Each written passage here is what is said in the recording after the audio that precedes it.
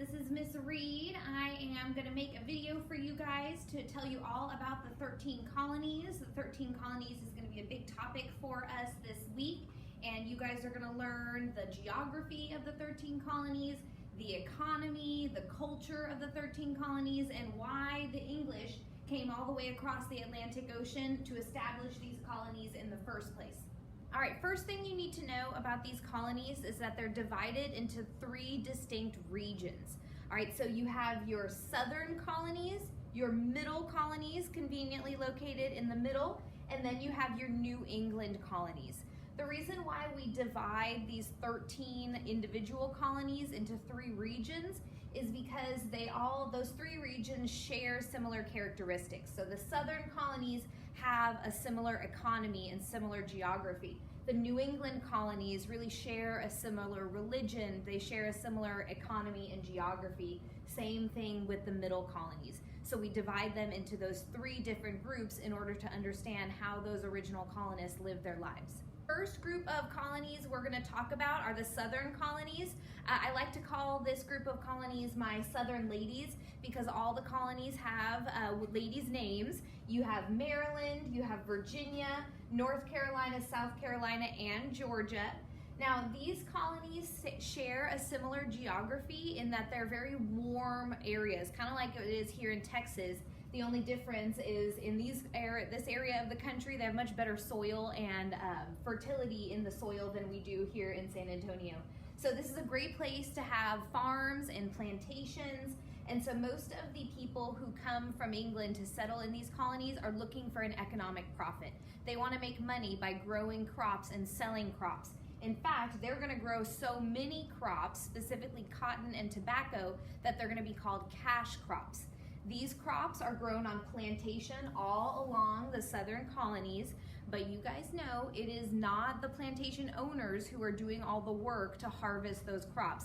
It is the slaves that are brought over from Africa that are actually doing the harvesting of those crops on the plantations here in the South. The next group of colonies that you guys would need to learn about is the middle colonies. And really there's kind of just 2 things I need you to know about the middle colonies. Thing number 1, it's the place where most of the grain is grown in the United States, or at least in the 13 colonies.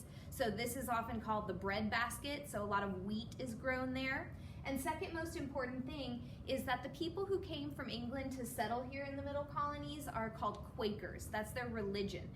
Quaker, that name comes from a practice in their religion where during a church service, the Quakers would literally quake when they felt God. And the Quakers have some unique beliefs for the time period. They're the first abolitionists that ever existed in our country. An abolitionist is someone who wants to abolish or get rid of slavery. So in fact, the Quakers escaped from England because they were persecuted for their beliefs to end slavery. And so that's why they came and settled in the middle colonies in order to have that religious freedom. But to be honest, our southern colonists who own slaves are not going to be real happy with the abolitionists here in the middle colonies who want to get rid of slavery. So there's going to be a conflict there for quite a while. The last group of colonies for you guys to identify are these ones up here in the north. These are the New England colonies. It's really cold up here in the winter. The geography is a very cool climate, short summers, short growing season, and actually very thin rocky soil. So very few crops can be grown in large numbers here. So if the people living in New England can't make their money from crops, they have to find other ways to make money. Number 1, they sell lumber. So they cut down the trees, harvest lumber, they build ships out of that lumber, and then they sell that lumber back home to England. They also go whaling. Whaling is an interesting practice, kind of an upsetting practice where whales are hunted down, they're killed out in the middle of the ocean, and they're chopped up into pieces, and their blubber, the fat inside the whale, is melted down to become oil for lamps. So kind of an upsetting thing, and it led to the endangerment of whales in the Atlantic Ocean that we still have today. The people who came to live in New England came to escape religious persecution, just like our Quakers here in the middle colonies.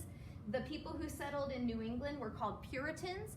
These are the guys you know about from elementary school with Thanksgiving, the Pilgrims. They belong to the Puritan religion. That's a Christian religion. They were persecuted back in England for their beliefs. They come to New England to create a colony where they have freedom of religion. And specifically, the Pilgrims will land here in this one town called Plymouth. It's right here next to Boston Harbor. They will land there in the year 1620. They come on the Mayflower. You guys know this story from elementary school. In fact, we're going to talk a lot about the government they set up on that ship later on this year. The other specific town you guys need to know, and the very last town that we'll study in the 13 colonies, is Jamestown. And this is actually the first successful settlement in all of the United States. It was founded in 1607. People came to Jamestown for economic reasons. They wanted to make money, and they will eventually make money off of selling tobacco. But to be honest, it was a real hard start at Jamestown. The first winter has the nickname the starving time. Over 50% of the settlers at Jamestown will die in the first winter because they were too busy trying to find gold, and they didn't actually plant any crops for them to survive that first winter.